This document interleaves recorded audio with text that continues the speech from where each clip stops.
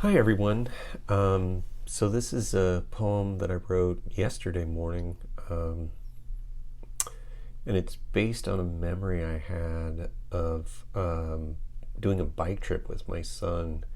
We biked 840 miles down the coast of California, and we were just going through Santa Cruz one beautiful morning, and we stopped at a Starbucks and got some coffee. And normally I don't think I would have even noticed this, but I guess because I was so far out of my day-to-day activities, I was paying attention in a different kind of way. And this memory is the what the poem was based on. And it's called Something You've Forgotten. I am in the Starbucks on Soquel with my son in Santa Cruz. We have been riding our bikes down the edge of California, riding over towering mountains, through forests, through cities and towns, the ocean at our elbows. And this morning, as we're pedaling south, my son spots the Starbucks, and there is no way we're going to say no to extra large cups of caffeine and sugar. So we pull in, lock up our overloaded bikes, and jump in line. It's crowded, all the worker bees needing their buzz before they fly off to sacrifice their days on the altar of another paycheck. After Anna takes our order, we stand with the rest of the silent hive, waiting for our hit, and maybe, because this ride is so far out of my comfort zone, I notice how no one in the room of about 50 people is smiling. And then I look closer, and it's true. On every face there's a look that's a combination of pain and misery, something that spells out stoicism and weariness. And even though every one of them is trying desperately to look neutral, they're failing.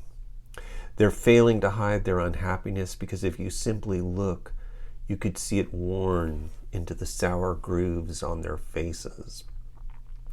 And staring at it in horror and wonder, I see how much they've all forgotten. Okay, I'm keeping quiet, but if I weren't such a coward, I would shout it out to all of them. I would raise my voice like a high-strung trumpet and blat out a riff that says, "Don't you remember when school let out on the last day of 5th grade, and that rush of joy you felt when the whole summer ribboned out before you, and you had nothing to do but devour each rich day of summer like whipped cream on top of an ice cream sundae, and you were the crazy cherry balanced on top? Remember how happy you were to lay out by the pool, read a great book, listen to the song you just loved on the radio, the one that made you so happy and sad at the same time? You didn't know what to do with those feelings. Don't you? Don't you remember? Don't you remember the first time you fell in love or lust or whatever you want to call it, the way you looked across a classroom and laid eyes on them? And the way that when they smiled, it sent a shivery jolt through your blood, your bones, and the electricity lifted you an inch off the ground, and you spent the rest of the day floating there like some extraterrestrial being, thinking of them, thinking what it would feel like to kiss their absurdly beautiful lips. And then, one miraculous day, you did, and the two of you couldn't stop, and it was even slicker and hotter than your imagination.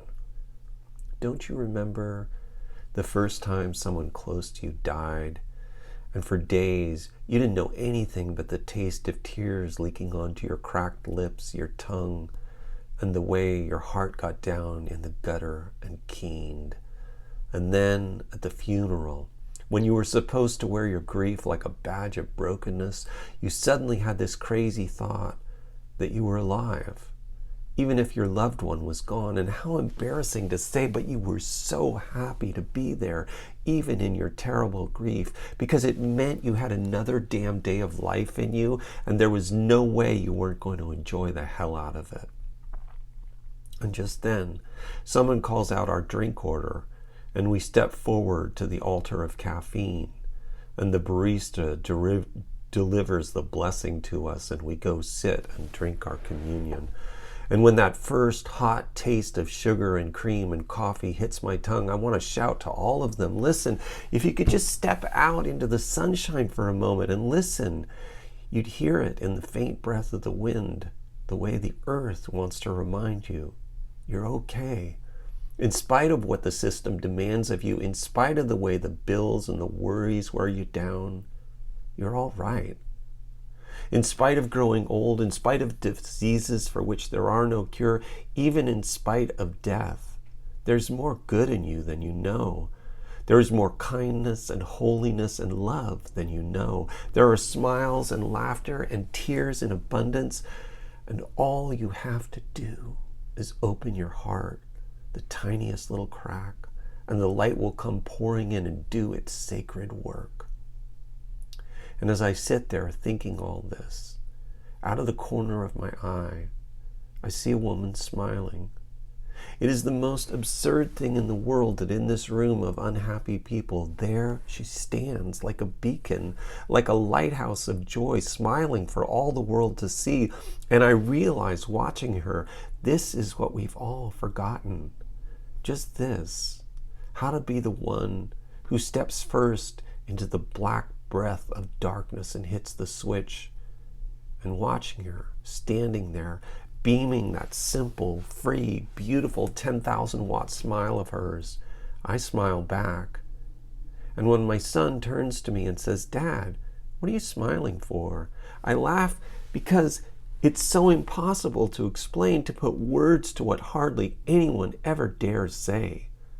But then sitting there, suddenly, at a loss for words, it dawns on me, and I say simply, "For you, son, I'm smiling for you."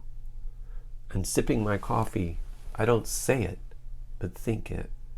I'm smiling for all of you.